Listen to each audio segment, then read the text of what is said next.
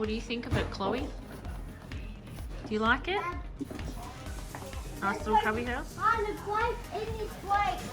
What's happening in there? It is in the sand. Oh, you're decorating in your little house there. Yeah, I'm doing this is the, I joined some wheels up there, but I didn't do some ones up there. Oh, very good.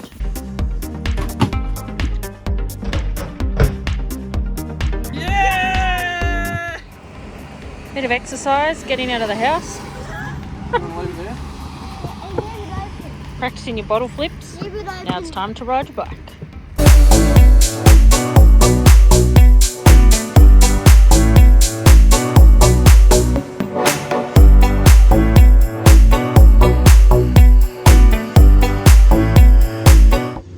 One positive about isolation, getting out and exercising so Riley can ride his bike.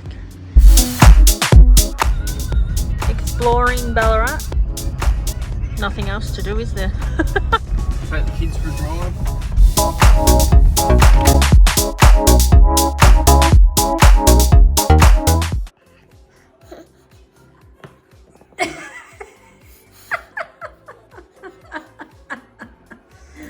Ah, lucky we have you to keep us entertained.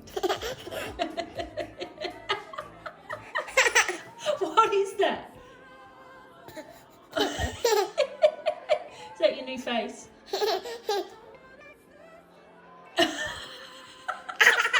So obviously before we started off on our adventures around Australia, we wanted to make sure that Chloe, being 10 months old when we left, was as safe as possible in her bunk, because a normal bed rail did not work because she could crawl over the top and fall out of the bed. So that's not what we want. So if you are planning on traveling with a baby who is crawling or not crawling, it doesn't matter, highly recommend you get made up a mesh bed block out rail, whatever you want to call it. We got ours made from Qualtrim in Ballarat, so I'll show you how it works.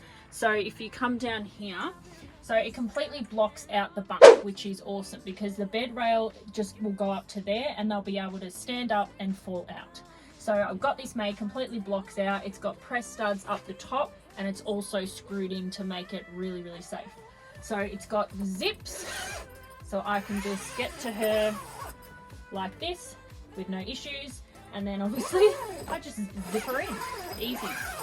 So that's pretty much it, and Riley can still get up to his bed with no issues at all. So I hope that helps for any mums or dads who are planning to do their lap of Australia and they have bunks and they don't know what railing to use for babies. So one thing that I wanted to show you guys that we got changed, and we highly recommend you doing, is changing the side cupboard from hanging space to shelves. You can fit so much more in doing it this way. I'm pretty sure from memory it just comes with the one shelf up the top and then the rest is all hanging space. So you've only got that section there to fit tops, t-shirts, whatever you want to fit in hanging, rather than having, like, I've got singlets, t-shirts, pajamas, then I've got denim shorts, denim overalls, other shorts, swimming shorts, and then I've just got 2 jackets up the top. Don't mind the mess.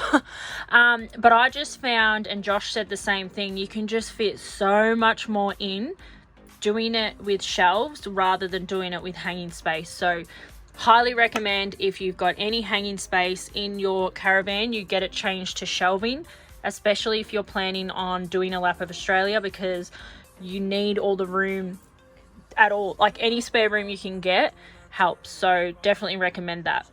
Okay guys, so I want to talk to you today about RV Wi-Fi. The need for a stronger internet connection and more service Australia-wide with the devices that we're using has never been more important. So obviously with our online business, it was essential for us to have a strong internet connection. We're using RV Wi-Fi to do it. We've just got it tucked away in this little cupboard. I want to show you the unit, okay? So it can be put anywhere because it is quite mobile. It just needs that 12-volt power supply there. A couple little features about this is it runs off a 3G and 4G network, so you just need a SIM card with either a prepaid internet plan plan, or you can go on a plan or whatever it may be. It just takes a SIM card. So it does come with 4 of these aerials here to sort of boost your signal, but what we did was we upgraded to the one that goes on the roof of the caravan. So those cables out there are actually going up onto the roof, which will give us a 40-meter signal around the van, which is super cool. So we can be outside streaming music, whatever it may be that we use it for, watching movies and stuff like that as well, which is super cool. So another key feature with that as well is it's got a USB port there. So as I mentioned, it does go 40 meters. So when we're driving, this actually transmits to the car as well. So it's running our devices in the car and navigation gear as well. With that USB port, what you can do is you can upload movies and stuff to a USB stick, plug that in there, and that will transmit to your devices in the car as well. So super cool for the kiddies on the road, keeping them entertained on long drives as well. So yeah, RV Wi-Fi, great bit of gear. Mindset tip number 4. So surround yourself with the right people. This has a huge impact on how your life pans out and the decisions that you make in life as well, because we are who we surround ourselves with. Whether we like to admit it or not, that's what happens. It's just human nature. So if you're surrounding yourself every single day with Debbie Downers, negative Nancys, you're more than likely going to start talking and behaving and acting like them. So if you find that your mood is changing because of who you're around, step away from the situation, put on some headphones, go listen to something positive and uplifting. We listen to The Power on Boost by Adrian Wesley. He is a human optimization coach and clinical hypnotherapist who we have worked with personally. He's also got a Power on Audio Club. We'll put the details here. But you need to be really mindful of what you're listening to and taking in on a daily basis. If you're listening to the news every single day through this time and watching all the horrible things that are going on in the world, you're retaining that. You are retaining that. And that's not a good way to start your day, by watching the horrible things that are going on in the world. I know that we have to keep up to date with all this stuff, but we don't have to let it consume us every single day. Go out and listen to things that lift you up and help you become the best version of yourself. So I hope mindset tip number 4 helps, and get ready for mindset tip number 5. Another little tip when traveling, especially if you have young kids and they're usually napping, or they go to bed earlier than you, or you wake up before them and you want to get ready and start your day, is going and getting a stick-on mirror. I think we just got ours from like a Mitre 10 when we were traveling. Really handy, especially if I get up before the kids and start my day, which I usually do.